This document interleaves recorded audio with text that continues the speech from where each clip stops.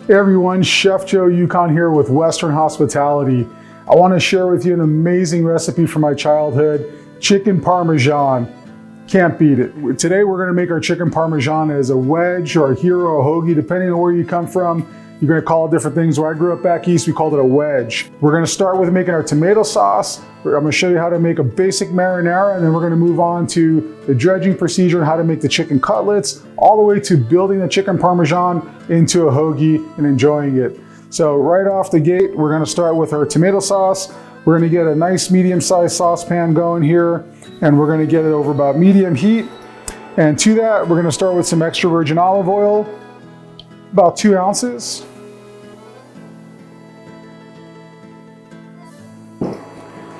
And then we're gonna get in there a ton of garlic. It wouldn't be Italian-American chicken Parmesan without an insane amount of garlic. So we're literally gonna put a 1/4 cup of minced garlic in here. I have it sitting in some olive oil as well.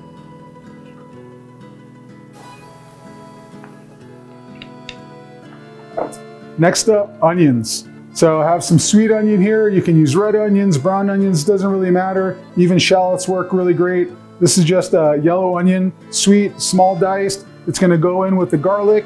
We're gonna cook it up in the olive oil, and we're gonna sweat it down for probably about 10 to 15 minutes till they get lightly caramelized and all the natural flavors of the onion come out.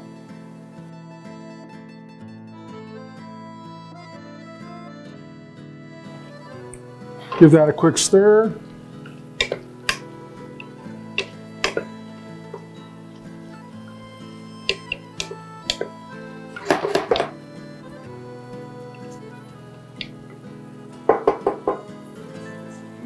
While the onions and the garlic is simmering away, we're gonna season it lightly with our Tuscan Garlic Spice. You can just use salt and pepper here, but I have this really great spice mixture that works with this type of cuisine. Has onion and garlic, fennel, a little bit of porcini, Italian dry spices, touch of sugar, kosher salt, black pepper. Really amazing blend of spices that I've come up with. If you'd like to see this recipe, give us a comment below. So we're gonna just season it lightly, just probably a good heavy pinch. Let's call it a 1/4 teaspoon. You could always add, but you can't take away. So go a little light and taste as you go. Also to that, even though we have some dry spice in there, we're gonna add an additional Italian dry spice to this. So this has basil and fresh thyme and parsley, just a great little mixture of dried herbs, just to fortify all that tomato flavor. We're also gonna use fresh basil. The thing about fresh herbs is they taste better when you put them at the end. All the oils in there are real volatile, so you're gonna get maximum flavor when you put this towards the end. So I put the dry herbs in the beginning. I'll let that kind of bloom in the oil, cook with the onions and the garlic, and then the basil we're gonna put right at the end when we're done cooking the tomato sauce. So we're gonna give this a stir.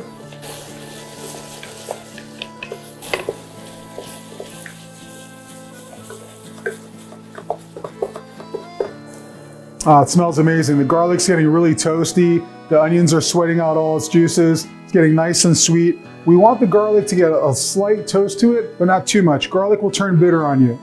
So now that everything's caramelized, we have it seasoned, we have the dry spices blooming, we're gonna use some San Marzano tomatoes. These are crushed, 28-ounce can of San Marzano tomatoes. They come from the San Marzano region of Italy, and they grow in volcanic soil.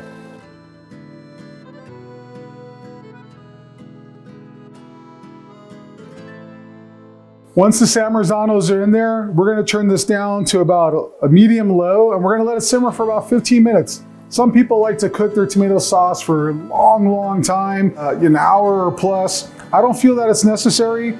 This is gonna go back in the oven and bake on the chicken, so we're gonna concentrate it even more. And San Marzano tomatoes are amazing. They have this great balance to them. I don't even add sugar to this tomato sauce, which you can do sometimes if your tomatoes are too acidic. But since this grows in volcanic soil, that acidity in the soil helps add more sweetness to the tomatoes. So they're perfect the way they are. Now that this tomato sauce is simmering away and we're building all those layers of flavor, I'm gonna add some fresh basil. I'm not gonna even chop it up. I'm just literally gonna tear it. Just fresh basil right in there from the garden. And as much as you like to put in here, I'm gonna add roughly about 12 basil leaves worth.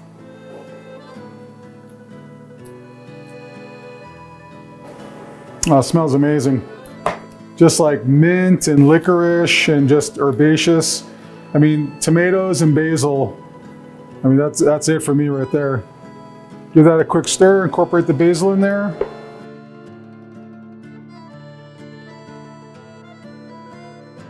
While this marinara sauce or this tomato basil sauce is simmering away, we're gonna move on to our chicken cutlets, our second part of making the most amazing chicken Parmesan wedge. Everyone, we're back. We're gonna take their chicken to the next level to make this chicken Parmesan. As our tomato sauce is simmering away, we're gonna take our chicken breast and we're gonna make them into cutlets. And I'm gonna show you exactly how to do that. First thing we're gonna do is get our dredge together. So we have something in the industry called a standard dredging procedure, which basically means that we're gonna take a piece of protein, or it could be a vegetable as well, and we're gonna go from flour to egg wash to breadcrumb mixture. And here I'll have a half Italian style breadcrumbs, anything that you like from the store bought. You can make your own, but this is just coming with some fine like cracker meal. And then 50% of panko breadcrumbs, which is a Japanese style breadcrumbs, gets super crispy. So I like the regular old school Italian breadcrumb for the flavor, and I like the panko for the crispy texture. Another really important thing to remember whenever you're doing any kind of cooking is season in layers. Every single layer here should be seasoned, from the flour to the egg to the breadcrumbs, and of course the chicken. So what we have here is our Tuscan Garlic Spice Blend, really great blend of spices that we make. If you'd like to see this recipe, please leave a comment below. I'd love to share it with you. And we're gonna just simply season our flour with about a half a teaspoon of our mixture, our egg wash, which is basically just whole eggs beaten till they're nice and loose, and then also our breadcrumbs. About a half a teaspoon of this Tuscan garlic spice in each one of these elements, and also some Italian dry spice. This is gonna go, a little's gonna go a long way. When you dry spices, they intensify. So I'm just gonna literally put a pinch of each, in each one of our bowls for our dredging. I'm gonna grab a fork here and just incorporate that, so that way it's completely homogeneous inside the flour. And then I'm gonna completely homogeneous inside the breadcrumbs. Make sure we get the panko and the Italian breadcrumbs and the spices mixed together. And then also we're gonna re-scramble up our eggs and get that spice mixture in there too. And then we'll move on to our chicken. Wonderful. So with our chicken, there's lots of different ways of doing a cutlet. You can butterfly this open and make it nice and thin. You can take a meat mallet and pound it. What I like to do is use a jacquard. And what this does, it'll actually tenderize it as well as help me flatten it out. And when I go through the dredging procedure, I flatten it out even more, and I'll show you how I do that. So this little needler is gonna do a lot of work. And after we get this all jacquarded, we're gonna season it with our Tuscan garlic spice and then go through our dredging procedure. Now that we have our chicken breast all pounded down with our jacquard, we're gonna move on to seasoning our chicken breast and then dredging it. So we have our Tuscan garlic spice here, and I'm just gonna give it an even coat on both sides of the chicken breast. Now for the fun part, the dredging. We have moisture on the chicken, and the moisture on the chicken is gonna allow the flour to stick. And then the flour is gonna allow the egg wash to stick. And then the egg wash is gonna allow the breadcrumbs to stick. So that's why we do this standard breading procedure, so that way the crumb mixture actually stays on the chicken. So you wanna get this really well coated, push it down. Like I said, we're actually gonna get it even thinner by pushing it down on each one of these elements. Now that our flour is completely coating our chicken breast, we're gonna go into our egg wash. I like to try to just use one hand for this procedure and one hand stay pretty clean, so that way the breadcrumbs don't get super mucked up. Once we have the chicken breast completely coated in our egg mixture, we're gonna go into our breadcrumbs. And then this is where that dry hand comes in handy, because I can just kind of scoot some of this on top without making too much of a mess. And then once I get that in there, I'm literally gonna push down the breadcrumbs into the chicken breast and flatten it out, as well as this is gonna give me an amazing texture, because I'm really gonna force those breadcrumbs right into the chicken breast and make that cutlet. And I'm gonna do it a little bit more too when I get it on the cutting board. Now that I have this fully dredged, I'm gonna lay this down, and I'm just gonna flatten it out with the palm of my hands. And like I said, you can butterfly this open, you can pound this thin, or If you like to do my technique, once you're dredging it and once you've breaded it, you can just really push in those breadcrumbs. And there you have it. We have our first breaded cutlet ready for pan frying. So 3 more to go. Now that we have all 4 of our chickens breaded and smushed down, we're ready for pan frying. If you like, once you smash it down and you get the thickness that you like, if you want to hit it with some more breadcrumbs, feel free to. They'll just give it that much more texture, but you have plenty on there to give it a nice, wonderful, crispy crust. But sometimes if you want to just give it a little bit something, you can go back in there, give it just a touch more of your breadcrumb mixture. There's still a ton of moisture coming through the chicken, so it'll stick just fine. And then this will just give you that extra crunch that you're looking for when you're eating that chicken wedge. So I'm just gonna put mine through the breadcrumbs for just 1 more second. Just make sure that everything is nice and coated. And the longer this sits on here, like you can literally do this a day ahead, cover it, put it in your fridge, and be ready for frying the next day. It actually will adhere to the chicken even better when you're making fried chicken if you allow the dredging or the coating to adhere and sit for a good day in the fridge, or at least up to an hour. So by the time we get our oil hot and our pan hot, this will have enough time to sit and adhere to it, and we're gonna go on to our next phase of making amazing chicken Parmesan. We're gonna be frying off our chicken cutlets here for our chicken Parmesan, and if you have a deep fryer at home, by all means use it. I think a lot of people don't, so I wanna show how I do it as well with a high wall saucepan. You wanna make sure you have a lot of room for the oil to grow so you don't create a fire hazard. Also, a lot of splatter, so even though you're just gonna be pan frying a shallow bit of oil, you want as tall of a pot as you can use. We just have some basic vegetable oil here because it has a high smoke point. You could definitely use olive oil if you wanted to, but it has a lower smoking point, and I like olive oil for certain applications, but for pan frying, I like vegetable oil. So here, it's probably, for this size pot, it's about a cup of oil, but really the amount of oil going in is as important as the depth. This is about, I would say, 1/4 of an inch of oil, just enough so that we can get our chicken in there and start pan frying. We're actually gonna finish cooking the chicken in the oven. This is just gonna give us the texture that we need, the color that we want, that flavor, and then when it goes in the oven, it's gonna actually finish cooking. So we're gonna let the oil heat up here for just a moment. I'm gonna turn the oven on to about 400 degrees. You can go a little bit lower, you can go even a high broil, but for this thickness of chicken, I'm gonna go about 400 degrees so that it has a chance to cook all the way through with the sauce and the cheese. So as our oven is preheating and our oil is getting there, we're gonna make sure that we have a pan to put the chicken on that's gonna go into the oven. So here we're using a sheet pan. You can use a casserole pan. You can use any kind of oven-safe dish that you have. In the industry, we call this a sheet pan, and we use it a ton. Very versatile. One good way of testing if your oil's hot enough, one thing about pan frying is that people say, it gets really greasy and it's really heavy, and it can be if you put the chicken in or whatever you're cooking, if the oil is not at the right temperature. If it's hot enough, which you want it to be about 335, 350 and above, depending on what you're frying, then a lot of oil is not gonna saturate. It's just gonna create a convection cook, and it's gonna make everything delicious, but it's not gonna get greasy per se. So one way of testing that out, if you don't have a thermometer to put inside your oil, is literally just use some of the breading. Once you put some of the breadcrumb in and it bubbles, at that point you know that it's ready to be inserted into the pan. And you can see here, we have tiny little bubbles coming up, but it's not as aggressive as you like to see. You want it to be an aggressive bubble. That way you know it's hot enough. So we're actually gonna turn this up just one more degree. I think we're almost there. We're gonna put another test piece in. Now we got some bubbles. Looking pretty good. All right, I'd say we're just about there. Want to make sure that you have a pair of tongs ready, so that way you can flip the chicken and take it out of the pan. All right, here we go. We're gonna get the first chicken cutlet in. You wanna put it in nice and slow, and you wanna put it away from you. You don't want the oil to splash on you. So really important that you go in slow, you put the chicken down, and you just very carefully put it away from you. So that way, if you did drop it by accident, the oil would splash away from you, and it's a lot safer. You can see here we have some small bubbles. The chicken's cooking away.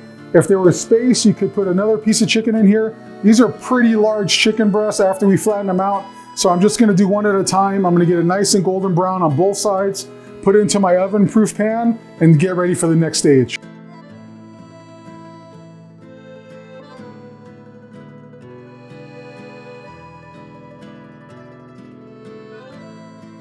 So now that we have some really golden brown, delicious looking color on this chicken breast, we're gonna pull this one out and we're gonna continue with our other 3 chicken breasts. Like I said, this is just going for texture and flavor.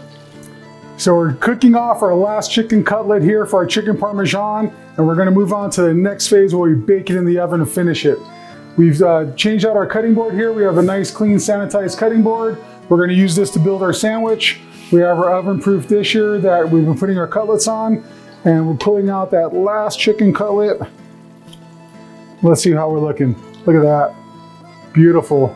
Golden brown, delicious, nice and crusty. And then now we're gonna finish it off. We're gonna bring out our marinara sauce. So we had this simmering for about 15 minutes, about 15-20 minutes. So we have a really beautiful tomato sauce. We have our sweated onions, garlic, dried Italian spices, fresh basil, extra virgin olive oil, our Tuscan garlic spices all in there. Looks amazing, smells amazing. It's gonna go great with this chicken. So we have our oven preheated to about 400 degrees, and we have it on convection bake. And we're gonna put our tomato sauce on top of our chicken cutlets, and then we're gonna top it with our cheeses. Now I'm gonna explain to you the different types of cheeses and why we use them.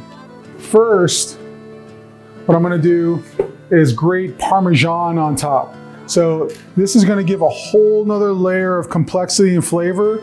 Parmesan that's aged has a great salinity to it and great umami flavor, so it's gonna really lift the flavors.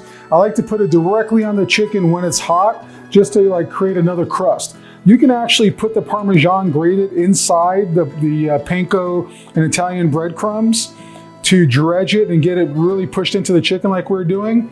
I like to do it at this point too, or in lieu of, just to know that I'm using all that cheese is going right on the chicken and I'm not throwing any of it away in the leftover dredge I didn't use.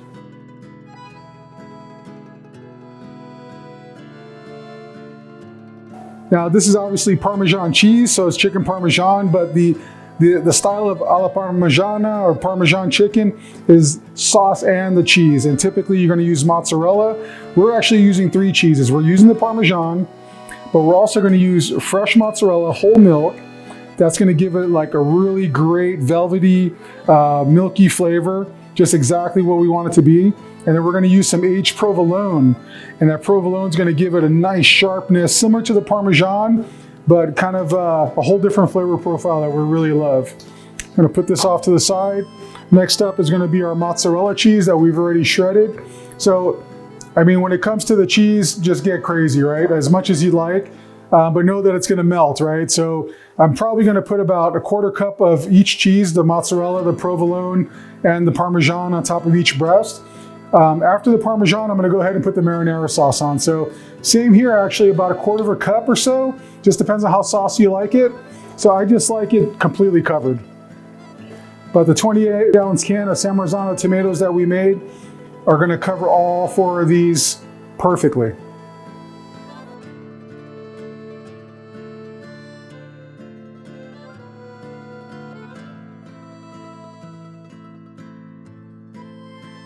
Beautiful. Next up are cheeses. About a 1/4 cup of fresh grated mozzarella cheese. Once again, you just want to make sure that's completely covered.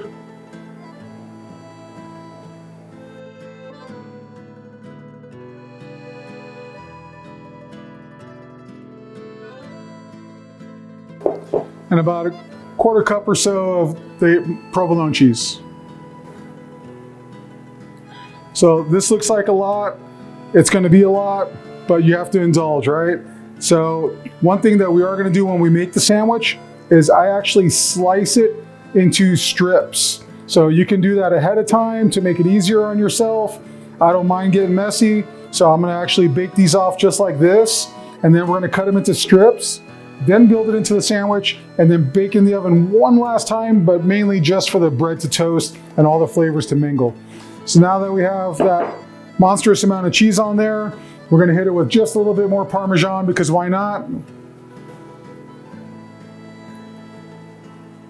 Now, if you think this looks good now, wait till it comes out of the oven. It's gonna be ridiculous.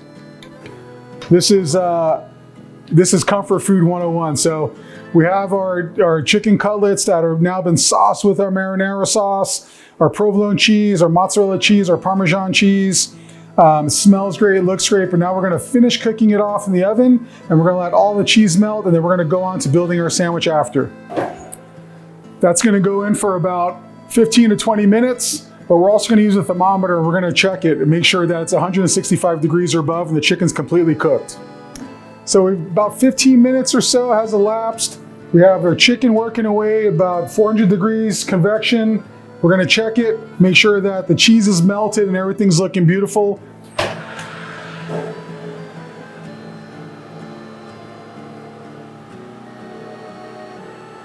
Oh yeah, it doesn't get much better than that.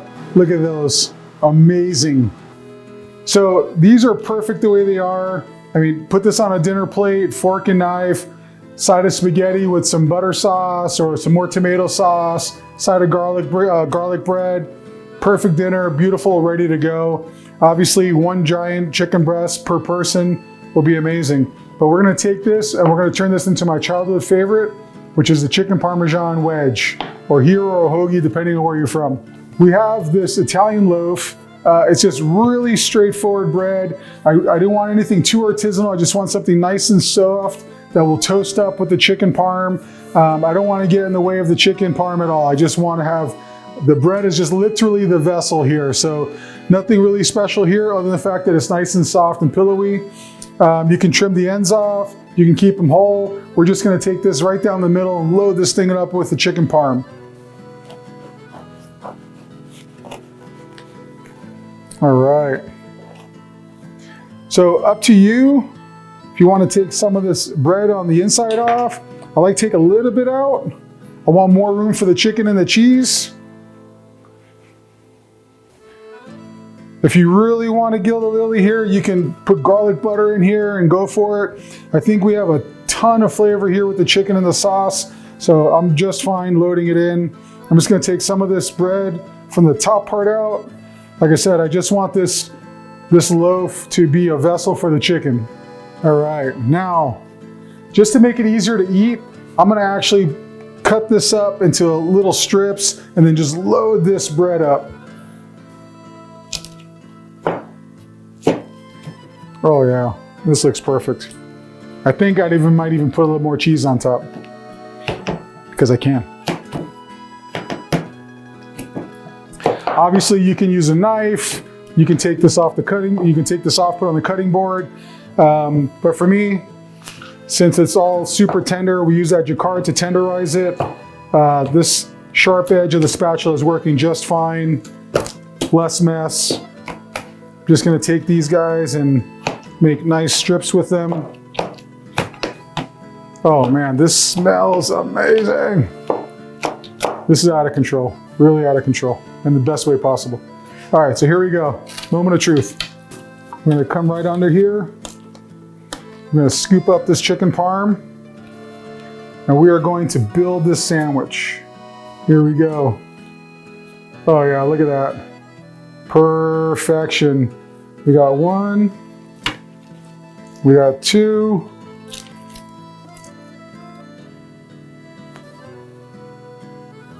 yeah, this is out of control. So obviously you can put more sauce if you want, you can put more cheese. I'm definitely gonna put some more Parmesan cheese on top here. Yeah, so this is literally my childhood all wrapped up in this bread. I mean, the smell of this, the look of this giant chicken Parmesan. I mean, this is gonna obviously hold you over for a day. So it's absolutely bringing me back to everything my childhood was, growing up back east in New York. So now we have all these amazing flavors. Chicken is cooked through. You can check it with a thermometer to make sure it's cooked through. You want to make sure that's 165 degrees or more in the thickest part of the chicken. So definitely use a thermometer. And then here, we're just going to take this. There's so much love in this chicken and this parm. that it doesn't need anything else other than a few more minutes in the oven just to toast up.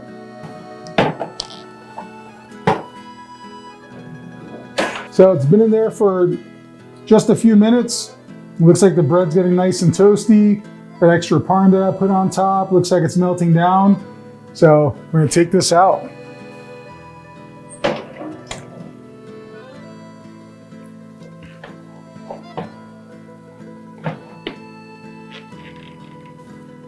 Absolutely amazing. This is quite literally my childhood in a sandwich, if there is such a thing.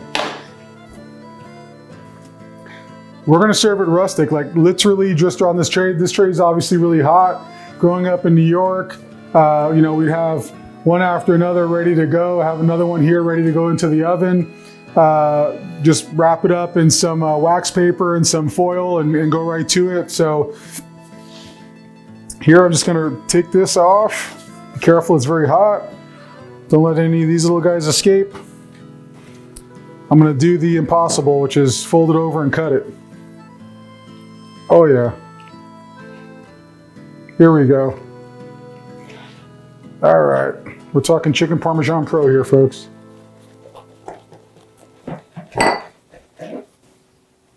Look at that. Now that's the chicken Parmesan wedge. Or hero, or hoagie, depending on what you want to call it. All right. It's a tough job, but someone has to do it. I gotta try it now and make sure that this is delicious for you guys.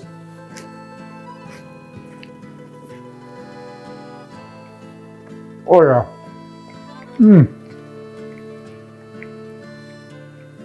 This is absolutely ridiculously good. Tender, juicy, delicious, full of flavor. All those cheeses just make it absolutely amazing. My childhood in a bite. Excuse me. Please subscribe to our channel. Leave me any comments below if you want to see our Tuscan Garlic Spice. If you'd like to see any other aspect of these recipes, let me know how it works out for you. Like I said, try it with pasta, try it as a sandwich, and hit that like button if you like this recipe.